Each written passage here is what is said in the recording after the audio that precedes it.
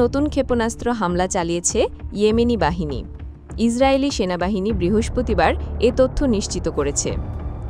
Israeli সেনারা জানিয়েছে, Yemeni সশস্ত্র বাহিনী অধিকৃত অঞ্চলে নতুন ক্ষেপণাস্ত্র হামলা চালিয়েছে।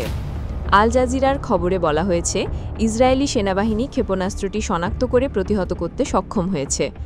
বিবৃতিতে আরও জানানো হয়েছে, ক্ষেপণাস্ত্রটি অধিকৃত অঞ্চলের বাইরে একটি এলাকায় পড়েছে।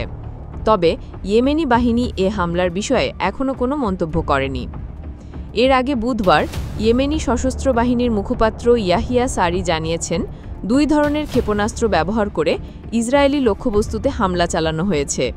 হামলায় ব্যবহৃত হয়েছে একটি ফিলিস্তিন 2 ক্লাস্টার ক্ষেপণাস্ত্র এবং একটি জুলফিকার ক্ষেপণাস্ত্র।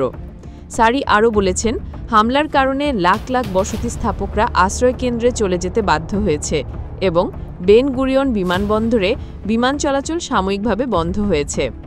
তিনি বলেন, গাজার ফিলিস্তিনি জনগণের সমর্থন এবং ইসরায়েলের বিরুদ্ধে প্রতিক্রিয়ার অংশ হিসেবে এই অভিযান পরিচালিত হয়েছে। এছাড়াও তিনি সতর্ক করে বলেছেন, ইহুদিবাদী সরকার কখনো নিরাপত্তা এবং স্থায়ী শান্তির জন্য কার্যকর পদক্ষেপ গ্রহণ করবে না।